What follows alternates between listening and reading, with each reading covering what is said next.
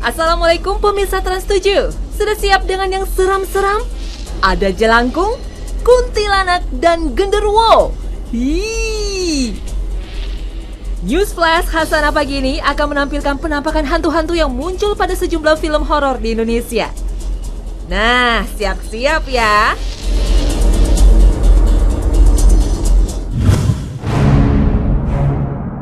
Jelangkung. Masih ingat kan tentang Jelangkung? Film Jelangkung yang dirilis tahun 2001 ini sukses berat di pasaran.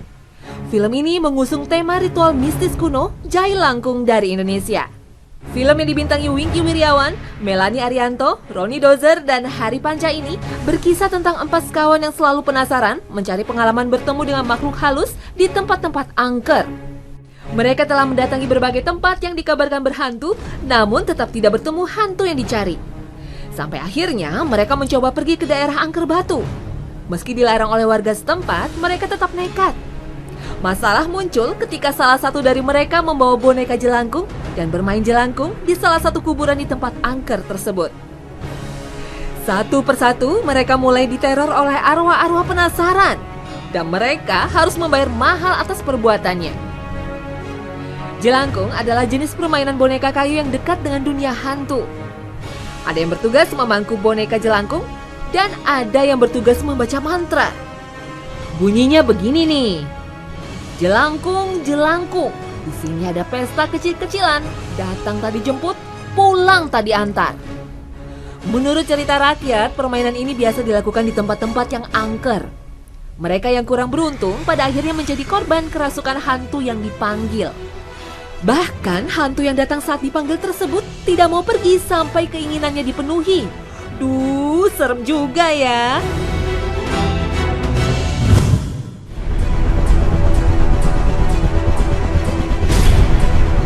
Film bergenre horor berikutnya adalah Tusuk Jelangkung.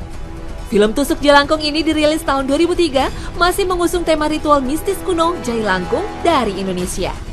Film yang dibintangi Marcella Zalianty, Iqbal Rizanta, dan Dina Olivia ini seperti kelanjutan dari film Jelangkung yang pertama.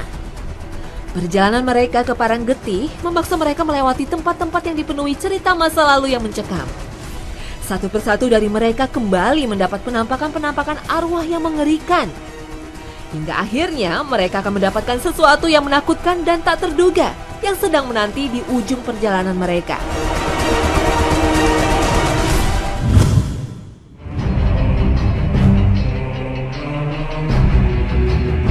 Kuntilanak. Kuntilanak adalah film horor Indonesia yang dirilis pada tahun 2006. Film yang dibintangi oleh Julie Estelle sebagai tokoh utamanya, Ratu Felicia dan Evan Sanders ini berkisah tentang seorang mahasiswi yang memiliki kemampuan magis untuk memanggil kuntilanak. Kuntilanak tersebut akan melakukan perintahnya jika dipanggil. Mahasiswi tersebut pindah ke sebuah rumah kos di sebuah daerah angker tanpa mempedulikan peringatan dari banyak orang. Konon, kuntilanak menunggui daerah itu. Orang-orang di sekitar mahasiswi mulai mati secara tragis satu persatu. Penampakan kuntilanak berupa hantu perempuan berambut panjang yang kerap nangkring di atas pohon besar nan angker.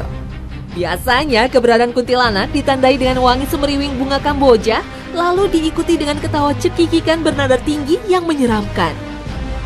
Ih, serem juga ya kalau ketemu.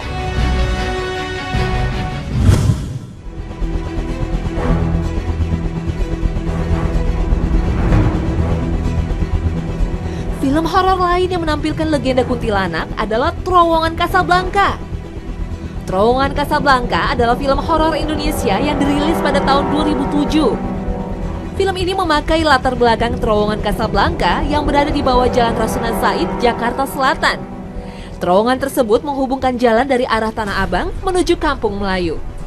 Sedangkan di sekitar terowongan terdapat makam yang dianggap angker. Penampakan hantu di film tersebut berupa sosok perempuan yang menyeramkan. Ia bisa menjadi arwah gentayangan karena dibunuh sang kekasih yang menghamilinya. Hingga akhirnya ia menjadi kuntilanak dan berencana balas dendam pada sang kekasih. Makin serem aja nih kalau lewat terowongan ini.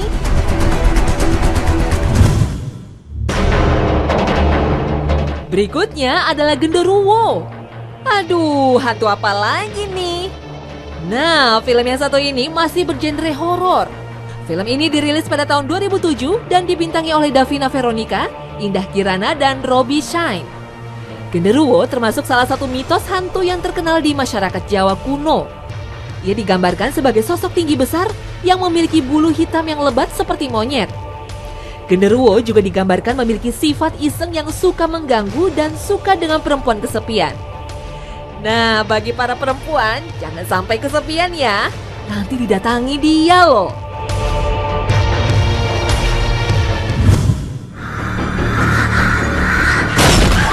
Satu lagi nih, film Bangsal 13 yang menampilkan Luna Maya dan Endita dirilis pada tahun 2004.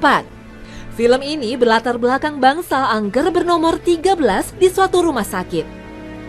Penampakan hantu dalam film tersebut adalah sosok suster ngesot yang memiliki tatapan yang menyeramkan. Makin menegangkan saja.